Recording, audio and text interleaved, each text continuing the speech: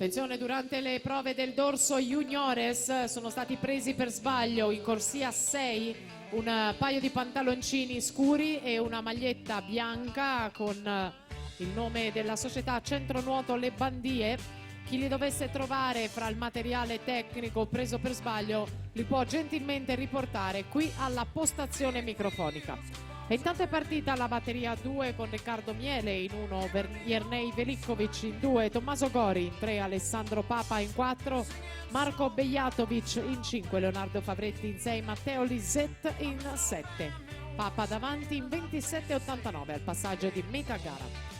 Nella prossima batteria, la terza ed ultima junior maschi, nuoteranno Giacomo Dozio in corsia 1, Luca Crema in 2, Federico Mestroni in 3, Davide Nardini in 4, in 5 Nicola Alcin, in 6 Filippo Prevedello, in 7 Denis Dose.